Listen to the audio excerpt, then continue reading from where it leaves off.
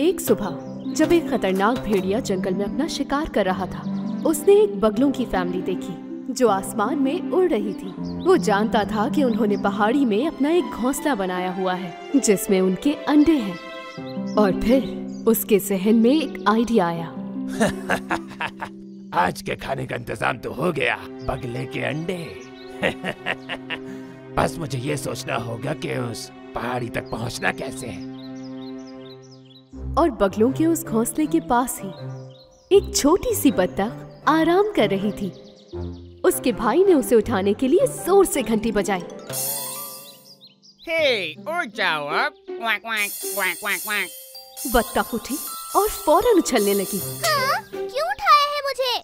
हम लोग उड़ने जा रहे हैं। मामा अंडों का ख्याल रख लेंगी, लेकिन तुम सोना मत, ऐसा ना हो कि भेड़िया खा जाए तुम्हें। भेड़िया? हाँ, क्योंकि तुम हमारी तरह ऊंचा नहीं उड़ सकती। तो फिर कुछ देर के बाद मुलाकात होती है। बाय छोटी बतख। लेकिन वो ये बात नहीं जानते थे कि भूखा भेड़िया उन्हें देख रहा था और प्लानिंग कर रहा था। और फिर जब सारे बगले हवा में उड़ गए तो छोटी बत्तख ने उनके पीछे जाने की कोशिश की। अपने छोटे छोटे पर हिलाकर उसने उड़ना चाहा। उसने सोचा कि एक दिन शायद वो भी उड़ पाए। लेकिन जब वो प्रैक्टिस कर रही थी तो उसकी नजर एक चीज पर पड़ी जो झाड़ियों के बीच में चमक रही थी। अरे ये क्या है? जो चमकती हुई चीज उसने देखी वो दरअसल रेड कलर के शूज थे। कितने खूबसूरत जूते हैं ये। पता नहीं मेरे पैरों में आएंगे भी या नहीं। जैसे ही छोटी बत्तख ने वो रेड शूज पहने तो वो जमीन से ऊपर जाने लगी और अचानक से उड़ने लगी। हे, मैं उड़ रही हूँ, मैं उड़ रही हूँ। छोटी बत्तख फौरन से बगलों के पास जा पहुँची। वाव! देखो छोटी बत्तख भी हमारे साथ है। वाह, तुम इतनी ऊंचाई पर कैसे आ गई? ये मेरे मैजिक रेड शूज का कमाल है, देखो। वहीं नीचे ही भेड़िया उन्हें देख रहा था और वो हैरान हो गया। Magic red shoes? हाँ, अब मेरे पास एक प्लान है। रात के वक्त जब छोटी बत्तख और सारे बगले सो रहे थे तो भेड़िया दबे पांव उनके पास आया। वो रेड शूज अंधेरे में भी बहुत चमक रहे थे। उसने अपने पंजों को आगे बढ़ाया और वो रेड शूज चुरा लिए। कल सुबह सबसे पहले मैं बगले के अंडे का ऑमलेट खाऊंगा। सुबह होते ही जैसे ही छोटी बत्तख की आंख खुली तो वो ये देखकर परेशान हो गई कि उसके रेड शूज वहाँ पर नहीं थे। अरे नहीं, मेरे शूज, मेरे मैजिक शूज कहाँ चले गए? अब मैं कैसे उड़ूंगी? छोटी बत्तख फौरन से अपनी माँ को ढूंढने लगी और अपने बहन भाइयों को भी। मम्मी, भाई, आप दोनों कहाँ हैं? लेकिन छोटी बत्तख को वो कहीं नहीं मिले। अब मैं अपने मैजिक रेड शूज के बगैर कभी भी नहीं उड़ पाऊंगी। जब छोटी बत्तख अपने शूज गुम होने की वजह से रो रही थी तो उसने देखा कि भेड़िया हवा में उड़ रहा है। मैं उड़ रहा हूँ। अब बगलों के अंडों की बारी है।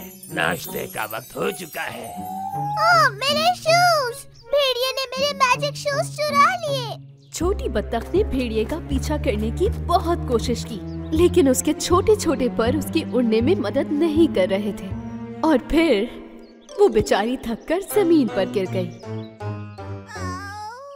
मुझे उन अंडों को उस खतरनाक भेड़िए से बचाना होगा। ओह, काश मैं उड़ सकती। भेड़िया मैजिक शूज पहने हुए उनके घोंसले के पास पहुंचा और बगलों के अंडों की तरफ बढ़ने लगा। छोटी बत्तख उसे देख रही थी कि वो एक एक करके सारे अंडे चुरा रहा था। बगले के अंडे खतरे में हैं। मुझे उसे किसी भी तरह रोकना होगा। छोटी बत्तख ने एक बार फिर से हिम्मत की और अपने छोटे छोटे परों की मदद से उड़ने की कोशिश की। मुझे किसी भी तरह उन अंडों को बचाना होगा। आखिरकार छोटी बत्तख हवा में उड़ने लगी और ये ऐसा पहली बार हुआ था। मैं उड़ सकती हूँ। हाँ, मैं उड़ सकती छोटी बत्तख उड़कर भेड़िए के पास पहुंच गई। उसने चुपके से मैजिक शूज के तस्मों को पकड़ा और अचानक से खींच लिया। ये तो छोटी बत्तख है। शूज?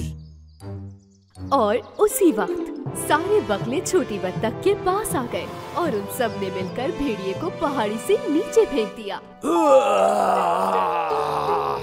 भेड़िया पहाड़ी से सीधा दलदल में जा गिरा। मदद करो। बगलों ने छोटी बत्तख का शुक्रिया अदा किया कि उसने उनके अंडे बचा लिए। अब तुम भी हमारी तरह ऊंचा उड़ सकती हो प्यारी बत्तख। हाँ, क्वाक क्वाक क्वाक। तो आज के बाद हम सब एक फैमिली की तरह साथ साथ उड़ेंगी।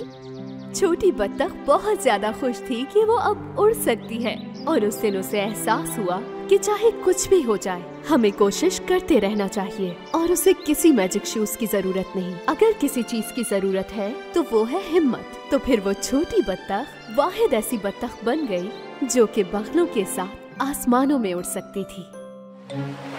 गहरे नीले समंदरों में खतरनाक शार्क्स का ग्रोह शिकार पे निकला हुआ था। वो गैंग इतना खतरनाक था कि जब भी वो अपना मुंह खोलते तो मछलियां भाग जाती। लेकिन पीली मछली जो बड़े मीनार के अंदर छुपी हुई थी, इतनी खुशकिस्मत नहीं थी। यहाँ देखो, हमें बहुत अच्छा खाना मिला है। चलो इसे खाते हैं।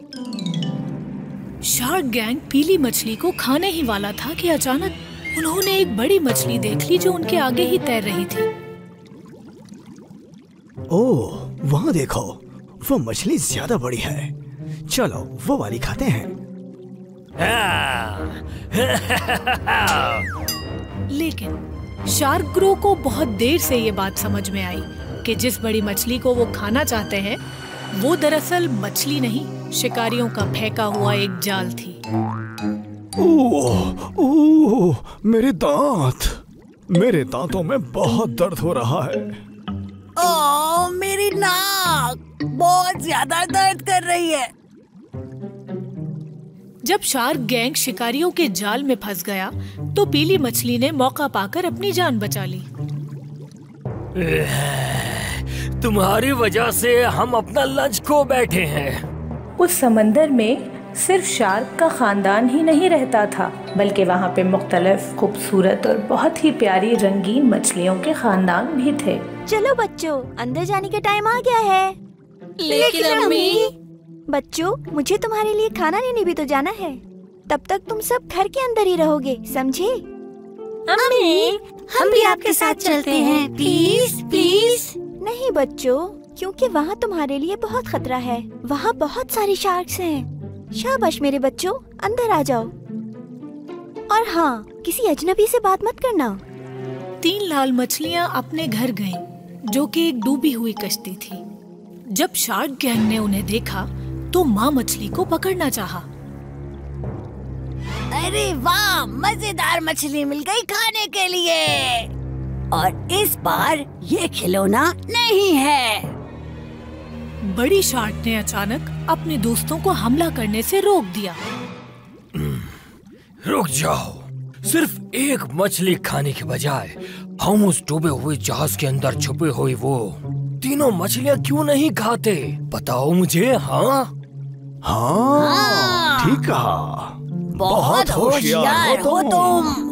हम वो 3 मछलियाँ खाते हैं। इतनी तेजी मत दिखाओ, हम उन मछलियों पर फौरन हमला नहीं करेंगे, क्योंकि जब वो उन बड़ी लाशों के साथ अपने छोटे से घर में घुसने की कोशिश कर रही होंगी, वो आसानी से बच सकती हैं। हम लोगों को मिलकर एक प्लान बनाना होगा। किस किस्म का प्लान बॉस? तुम किसी पुरसुकून जगह पर जाकर इंतजार करो और प्लान मुझ पर छोड़ दो। तो शार्क लाल मूंगा बनके घूमने लग गई ताकि पकड़ी ना जाए। उसने अपने ऊपर लाल रंग कर लिया ताकि सबको लगे कि वो लाल मछलियों के खानदान से है। फिर उसने खुद को नारंगी रंग की काई के पीछे छुपाया ताकि उसके पंख किसी को नजर ना आए। उसने काई अपनी पीठ पे रख के नुकीले पंख को छुपा दिया। और आखिर में वो लाल मछलियों की पसंदीदा काई के बिस्किट भी ले आई। कोई मछली इन कुकीज का मुकाबला नहीं कर सकती। फिर वो लाल मछली के घर के आसपास तैरने लगी और अपनी नाक से दरवाजा खटखटाया। कौन है? मैं एक बूढ़ी लाल मछली हूँ जो मांस कुकीज बेचती हूँ। क्या आप लोग खाना पसंद करेंगे? मांस कुकीज। छोटी लाल मछलियाँ मॉन्स कुकीज का सुनकर बहुत खुश हुईं। वो उसे खरीदना चाहती थीं। रुक जाओ भाइयों, अम्मी ने कहा था हमें अजनबियों से बात नहीं करनी है। उनमें से एक लाल मछली ने दरवाजे के सुराख से बाहर झांका। लेकिन ये कोई अजनबी नहीं है, ये हमारी तरह लाल मछली है। तो उस मछली को अपने जैसा जानकर वो तीनों मछलियाँ बाहर आ गईं। मैं आपको घर ले चलूं। मेरे घर में और भी बहुत सी कुकीज मौजूद हैं। लाल मछलियाँ शार्क के पीछे चल दी और शार्क ये सोच रही थी कि अब वो इन्हें कैसे मजे से खाएगी। अचानक एक मछली की डोर उसके पंख से टकराई और काई हटते ही उसका असली पंख नजर आने लग गया। उसी वक्त लाल मछलियों को पता चल गया कि वो शार्क है। ये तो शार्क है, भागो!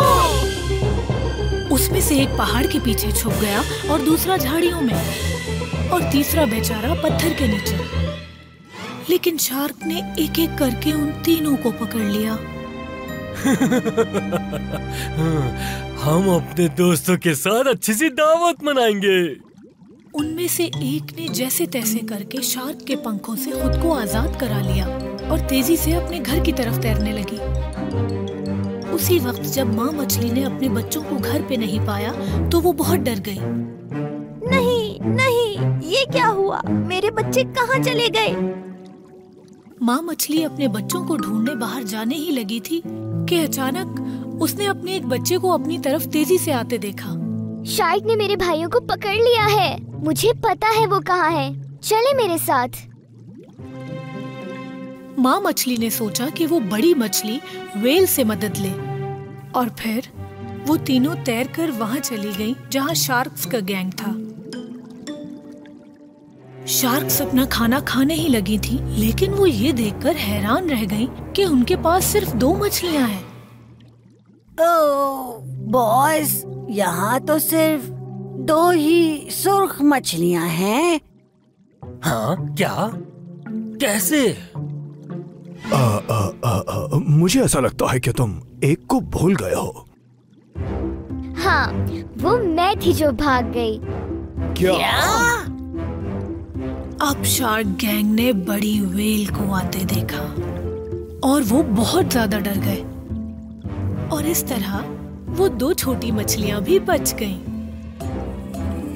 व्हेल ने अपना बड़ा सा मुंह खोला और तीनों शार्क्स को खा गई।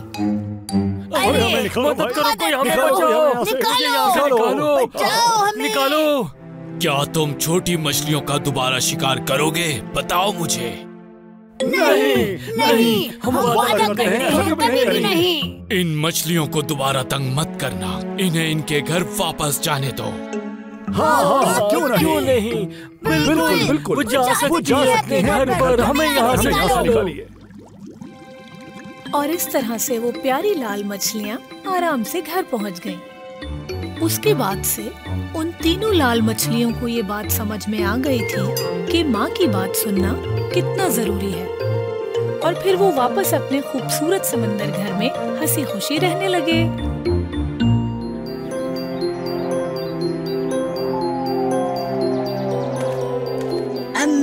अम्मी, देखें हमारे लिए खत आया है।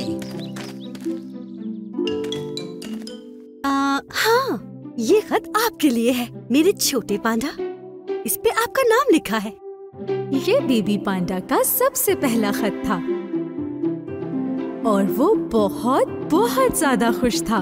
लेकिन उस खुशी के दौरान छोटे पांडा को ये अंदाजा ही नहीं हुआ कि एक छोटा शरारती भेड़िया खिड़की के उस पार उनकी बातें सुन रहा था। ये इनके हाथ में खत कैसा है? ना जाने इस खत में क्या लिखा होगा। सबको खत मिलते हैं मेरे सिवा। अरे क्या बात है, ये एक दावत का खत है बेबी पांडा। गैस करो कौन आ रहा है जंगल में? बलून बेचने वाला। नहीं। एक मजाइया तोता। नहीं, बल्कि एक आइसक्रीम वाला जिराफ। Hurray, hurray. तो एक आइसक्रीम वाला जिराफ। तुम सब अब देखोगे कि मुझे ना बुलाने का क्या अंजाम होता है। जब सूरज सर पर चमक रहा था, कुछ नन्हे जानवर आइसक्रीम खाना चाहते थे, तो वो बांस के दरख्तों के पास जमा हुए और वो इंतजार करने लगे आइसक्रीम वाले जिराफ का। लेकिन कोई नहीं आया। मैं इंतजार करते थक गया हूँ। आखिर कब तक आएगा आइसक्रीम वाला जिराफ? वैसे क्या हम सही जगह पर इंतजार कर रहे हैं? यही आना था ना उसको? हाँ हाँ बिल्कुल, हम सही जगह पर हैं। उसे वाकई यही आना चाहिए था। कुछ देर बाद ही आइसक्रीम वाला जिराफ उन नन्हे जानवरों के पास अफसरदा हालत में आया, लेकिन उसके साथ कोई आइसक्रीम की गाड़ी नहीं थी। सॉरी दोस्तों, आप लोगों को मेरा इंतजार करना पड़ा, लेकिन मेरी आइसक्रीम की गाड़ी गुम हो गई है। आज सुबह ही जब मैंने अपनी आइसक्रीम वाली गाड़ी निकाली और फिर मैं तुम लोगों के पास आने लगा, तो जब मैं सेब के बाग से गुजर रहा था तो मैंने सोचा कि एक सेब ही खा लूं। तो उस वक्त मैंने वहां से एक लाल सेब खाया। फिर जब मैं वहां से रवाना होने लगा तो तब मैंने क्या देखा? मेरी आइसक्रीम वाली गाड़ी अचानक से गायब हो गई।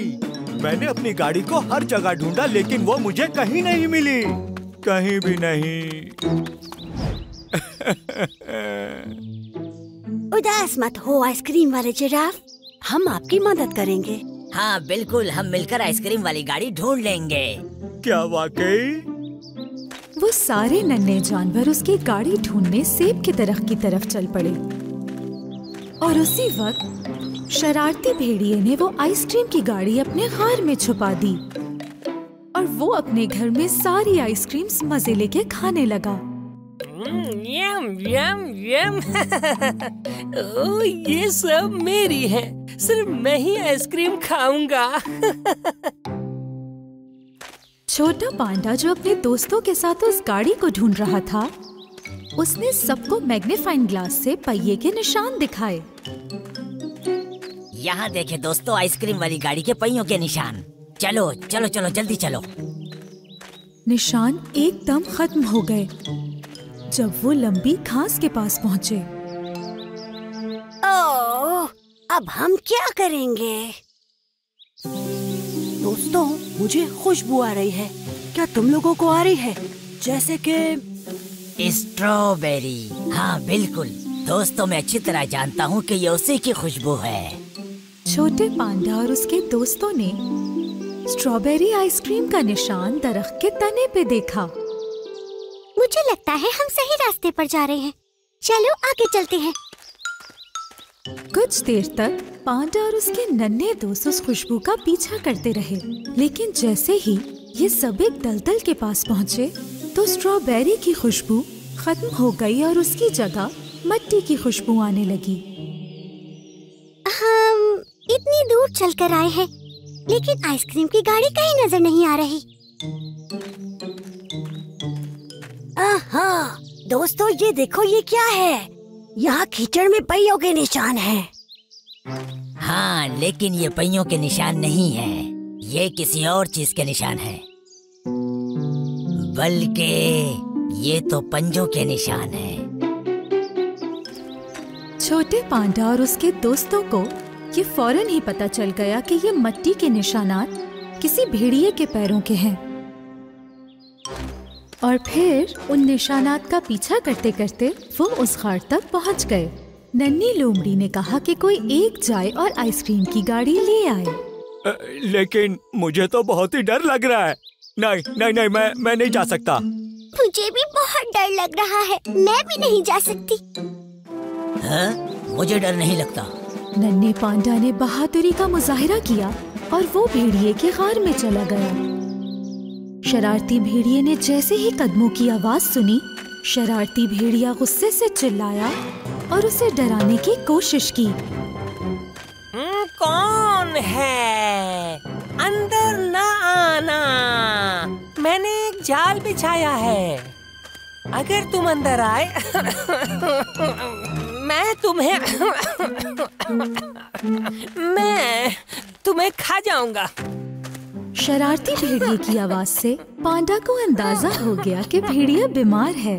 वो बिना किसी खौफ के भेड़िए के पास गया और देखा कि सारी आइसक्रीम भेड़िए ने खा ली हैं। ओह, तुम तो बहुत ही बीमार हो। नहीं, मैं बीमार नहीं हूँ। सारी आइसक्रीम्स मेरी हैं, ठीक है? पांडा शरारती भेड़िए को मनाकर बाहर ले आया। नन्हे जानवर और जिराफ भेड़िए को इतना बीमार देखकर हैरान रह गए और उन्होंने फौरन ही उसे एक पत्थर पे बिठा दिया ताकि उसे सूरज की रोशनी मिल सके। किसी ने उसे गरम चाय, किसी ने सूप, तो किसी ने गरम मफलर दिया ताकि वो बेहतर महसूस कर सके। भेड़िया, अगर तुम आइसक्रीम की गाड़ी चोरी ना करते तो हम आइसक्रीम तुम्हारे साथ भी शेयर करते और इस तरह तुम कभी भी बीमार ना होते। शरारती भेड़िए। हाँ बिल्कुल, हम सब आइसक्रीम एक दूसरे को शेयर करते और मिलकर एंजॉय करते। लेकिन तुम लोग मेरे साथ आइसक्रीम शेयर नहीं करते। मुझे तो कोई दावत का खत भी नहीं मिला था। जब छोटे भेड़िए ने बताया कि उसे कोई खत नहीं मिला, तभी नन्हे क्रोकोडाइल ने दरख्त की टहनियों की तरफ इशारा किया। जो इनविटेशन तुम्हें मिलना चाहिए था वो इस दरख्त की शाखों पे फंस गया है, इसीलिए तुम्हें नजर नहीं आया। मैं देखता हूँ कि ये दावतनामा किसका है। आखिर पोस्टमैन यहाँ क्यों छोड़ कर गया है? अरे वाह, इस पर तो तुम्हारा नाम लिखा है। उस दिन के बाद से नन्हा भेड़िया सबका दोस्त बन गया और अपने दोस्तों के साथ अच्छी तरह पेश आने लगा, क्योंकि वो ये बात जान गया था कि जंगल की जिंदगी में सबसे अहम चीज दूसरे जानवरों से दोस्ती और यकजहती है।